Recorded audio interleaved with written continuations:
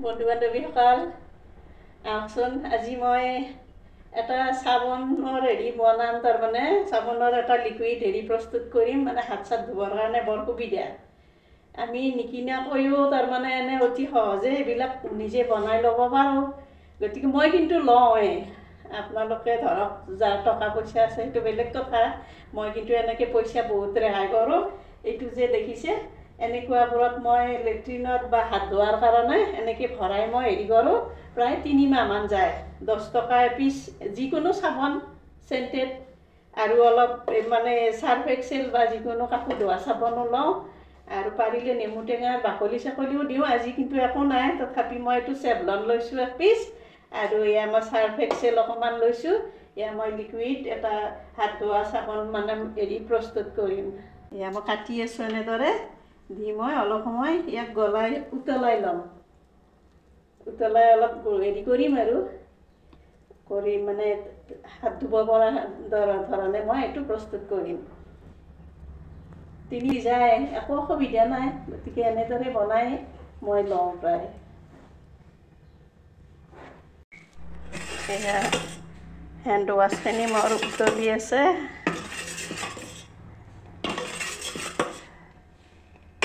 গলিলেই প্ৰায় চাওকচোন হোৱাৰ পিছত মই দেখাম ৰ'ব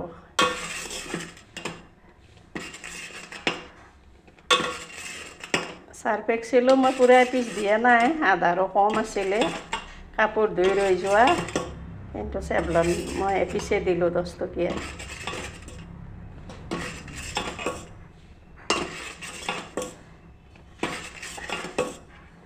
2-3 মাহ যদি খেদাব পাৰোঁ এনেকৈ সৰু হেণ্ড ৱাছ এটাৰে গতিকে একো লছ নাই বন্ধু বান্ধৱীসকল অশেষ কষ্টৰে মই হেণ্ড ৱাছ লিকুইডখিনি বনাইছিলোঁ কিন্তু অকণমান ঠাণ্ডা হোৱাৰ পিছত কি হ'ল চকল হৈ গ'ল মানে কিয় সেনেকুৱা হ'ল মই বুজি পোৱা নাছিলোঁ তাৰপিছত ভাবিলোঁ যে চেভলনত বেছি পৰিমাণে গ্লিচাৰিন আছে সেইকাৰণে মানে চাবোন টাইপৰ হৈ গৈছে লিকুইড নহ'ল এতিয়া কি কৰিম উপায়তো নাই চাবোন পিচ বাৰু মই দেখাম আপোনালোকক এতিয়া মই আকৌ নতুন কৰি চাৰ্ফ এক্সেল এটা এনেকৈ চাবোন কাটি আকৌ মই এতিয়া বনাব লৈছোঁ আপোনালোকক দেখাম ৰ'বক মই হোৱাৰ পিছত এয়া মই এইখিনি 10 মিনিটমান সময় পগালোঁ চাবোন পিচ পগাই এনেকুৱা হৈ গৈছে চাওক এতিয়া মই ইয়াত চুপিটোৰ সহায়ত ইয়াত ভৰাই থৈ দিম প্ৰায় 2 মাহৰো বেছি দিন এইটো আমি ব্যৱহাৰ কৰিব পাৰিম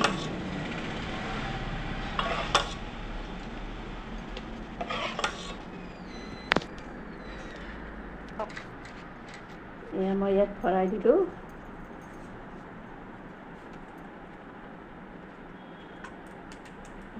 সুন্দৰভাৱে আহিছে চাওকচোন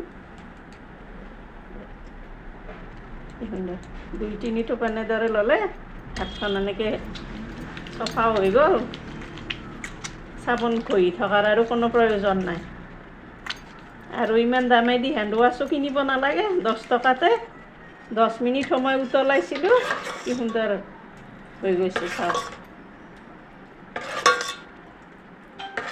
তেতিয়া যে মই সেইটো চাবোনৰ পিচ দিছিলোঁ চেভলন মই চেভলন চাবোন পিচো আপোনালোকক দেখাই আছোঁ ৰ'ব চাবোন হৈ গৈছে সেইটো হেণ্ড ৱাছ নহ'ল সেইকাৰণে মই পুনৰ চাৰ্ফ এক্সেলেৰে বনাব লগা হ'ল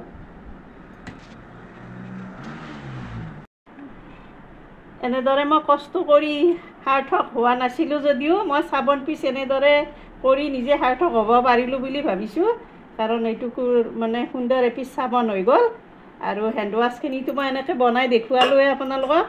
এইটো ভৰ্তি হৈ গৈছে আৰু এইখিনি হৈছে প্ৰায় 3 মাহ মানে চলি যাব আমাৰ হেণ্ড ৱাছ এতিয়া মই চাবোন পিচ কাটি আপোনালোকক দেখুৱাওঁ আৰু ইয়াৰ পৰা উলিয়াই সুন্দৰভাৱে টাইট হৈ গৈছে চাওক নপৰে মোৰ থোৱাৰ কোনো নাই কাৰণে মই এইটোৰ ভিতৰতে এনেকৈ মানে লিকুইডখিনি মই ঢালি থৈ দিছিলোঁ এতিয়া ঠাণ্ডা হৈ গৈছে সুন্দৰ হৈছে চাবোনখিনি এয়া চাবোন পিচ এনেদৰে মই উলিয়ালোঁ এয়া চাওকচোন কি ধুনীয়া হৈছে